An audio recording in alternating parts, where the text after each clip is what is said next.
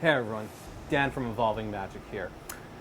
There's an old saying I always love to refer to: love and trust your friends, but always cut the cards, as they love to say. And for this effect, that's what we aim to do. Again, not so much the shuffles as it is the cuts, as I love to do. And we'll mix on up. And I just love cutting cards. Not so much the basic cuts, but like a 180 revolution is what they call it. Again, not so much the basic cuts, but like something cool like this. This is called the scissor cut into a lovely Charlier. Ooh la la. This one is actually just me, if I can get it just right. It's actually me just showing off. If I can get it just right. But I'd love to offer this little puzzle to everyone. If after seeing all those cuts, what would you call this cut right here? I'll give you a couple seconds to guess it. There, you could yell it out on your computer screen or type in the comments, whatever. And I like to call it cutting to the four kings. Just like that. Thank you. Hope you enjoyed the performance of what I'm calling the Quadra Dispersion. Quad Dispersion? Yeah, that's what we'll call it. Quad Dispersion is now the official title. So hope you enjoyed that. So you could start up with a stack, going to the explanation of it. You could start with just like a four of a kind already on the table. Or, sorry, and just, have it preset. They're all on top. But rather, I usually start out, I made it quicker for the performance, but in normal sake, I usually have the cards just culled out. I usually use the cull for most of my reasons or most of my tricks or performances I do. So they could really name anything. They have that free choice of naming anything. So I usually start out normally. Name any four of a kind. It could be fours, sevens, jacks, kings, aces, whatever you want. Really anything, name it. And then they name, let's say, the twos. And so now you can do the trick with the twos. So you can show them. It kind of gives this kind of fairness to it. And I make a joke about the two diamonds or the diamond card. Okay, and I just go and I cull it. If you need to learn how to cull, I suggest the Roadrunner Cull by Kotstia Kimlot. That is a great DVD. It's like when I bought it, was $40. Find it online or whatever. Great DVD. Totally recommend it. So we're going to be using the cull technique. And it's just so subtle. You can just cull all the cards. Two of hearts. And by the way, before I continue, two of hearts is such a lovely card. If you're dating someone or whatever, and you ask to name a random card, 9 out of 10 times, it's going to be the two of hearts for most cases. Or just if you're being romantic, two of hearts comes up a lot in a girl's mind. So I love referencing that one. And then finally, the two of spades. Now, if it's near the top, and when you're culling, this is the idea I like to do. I tend to go out of my way to put it further down, which really does nothing. You could just go backwards. Your cards are still here for the cull. You're still set up. And you seem like you're being fair. I really want to lose inside the pack. And then you just cull it out. And then you display that there's no twos on top. And then as soon as you square everything up, you've got the four twos. Now again, I will not go into the Roadrunner cull. That is specifically, or the cull, because that's Kotsia's technique. And I encourage everyone to learn from his lovely DVD. But needless to say, you got, however you do it, you get four of the four of a kind on top. Now to the actual production. This one took me a couple of years to just get just right, down to the simple premise.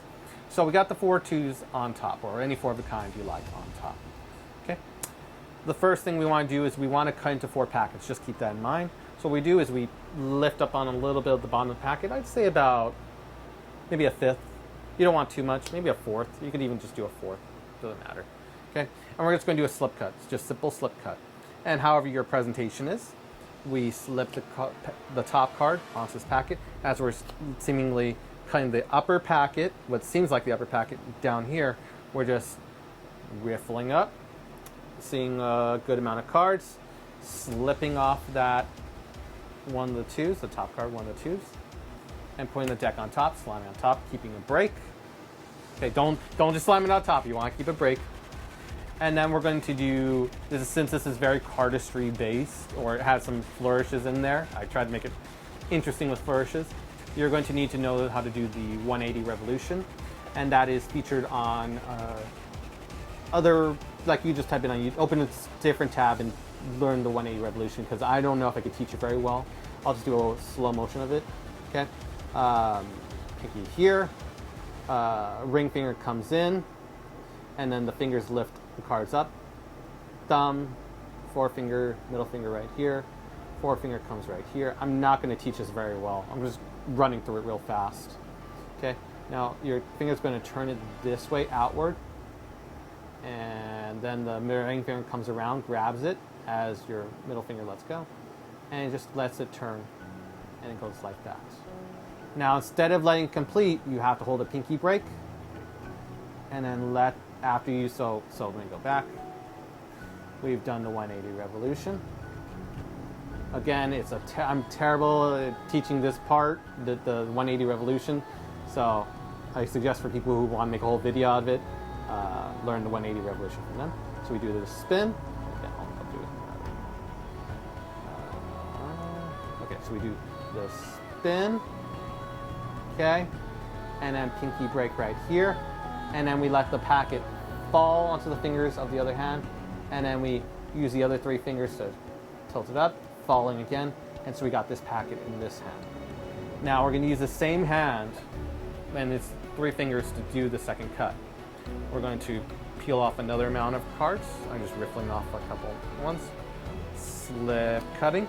That's the second slip cut, and I believe the final slip cut we're going to do for this deck. Yeah, there's only 2 slip cuts, which is ideal. So slip cut. So we slip cut the pack again, slam it on top, but maintain a pinky break as before. Okay, and this time we're going to do a scissor cut, and I had to adjust my fingers to get it right. And this one I might offer some tips because this is a unique way of getting into it, or might be a unique way of doing it. Who knows? So packets here. Now what we're going to do is we got the pinky right here, and we're going to use our thumb to lift up this packet so it can then position itself, keeping the cards hopefully straight. Thumb comes around from here, thumb goes to the back, and then it's going to swivel this way.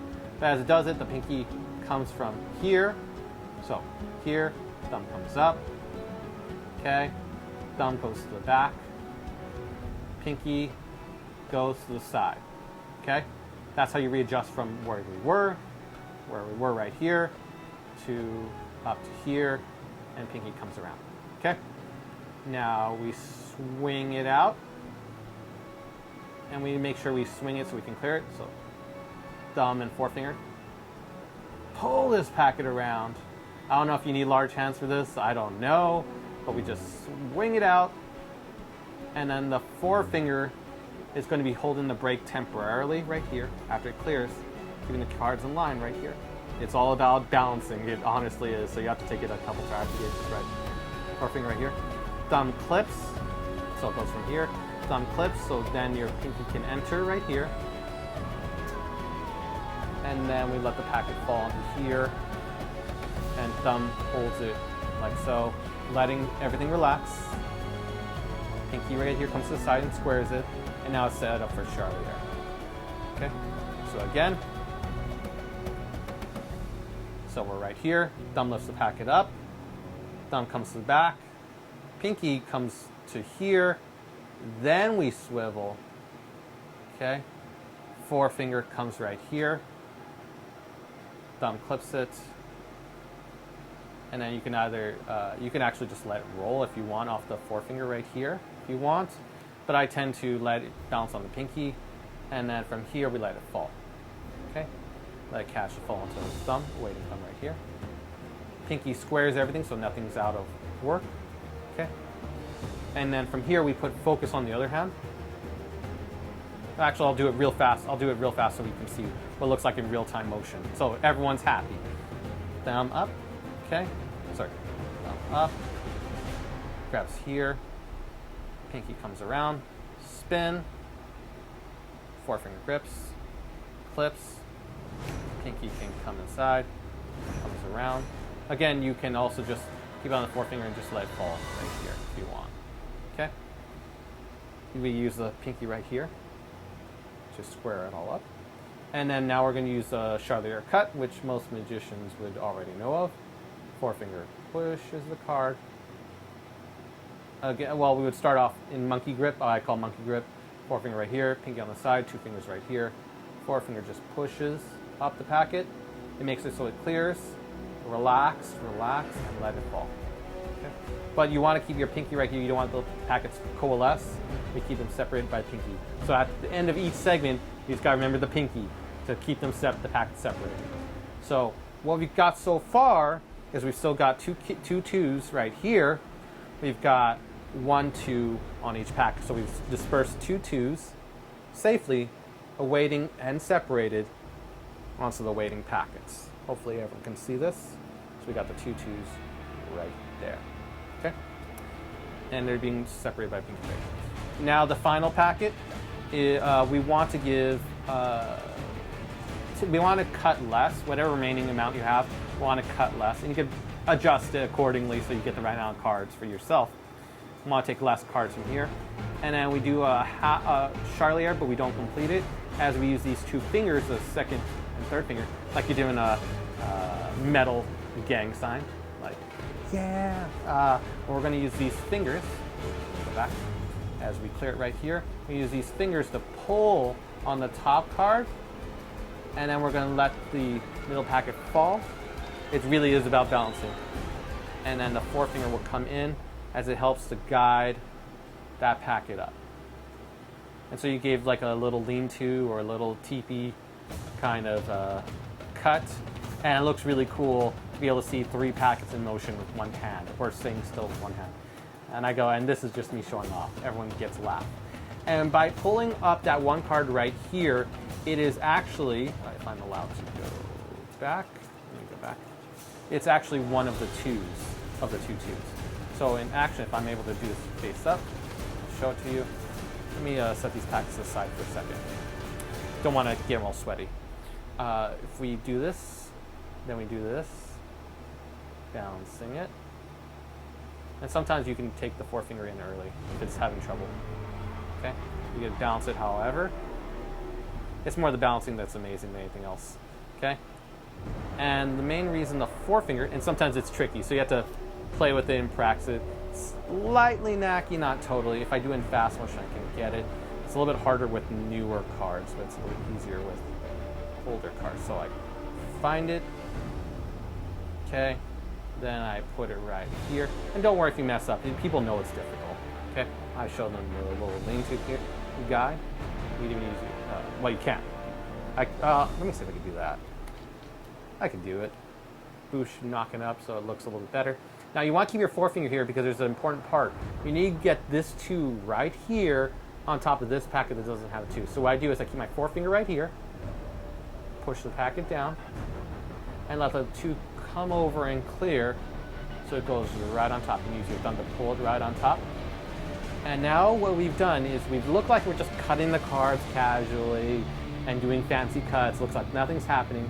What we've done is on each packet is a 2 set up. And so now we're all set. And I'll do a full run through at normal speed. But what we've got at each point is a 2. So here's the final part. I ask him, so you've seen the cuts. Now, what would you call this one? And I'm naming them off, so it makes logical that I name my cuts. So then I lift up the packets and I turn them over. I can show the backs, so it looks like everything's copacetic. So again, from here, we have them in pinky break. Thumbs come underneath. They turn or revolve deck, so you see them face up. We turn them face down. We could show these ones if you want. Turn these face down, however you want to do the display.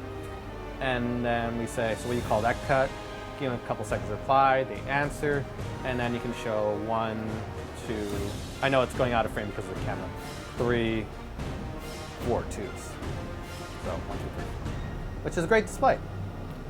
So going into it at full or nearly full speed, as you can see.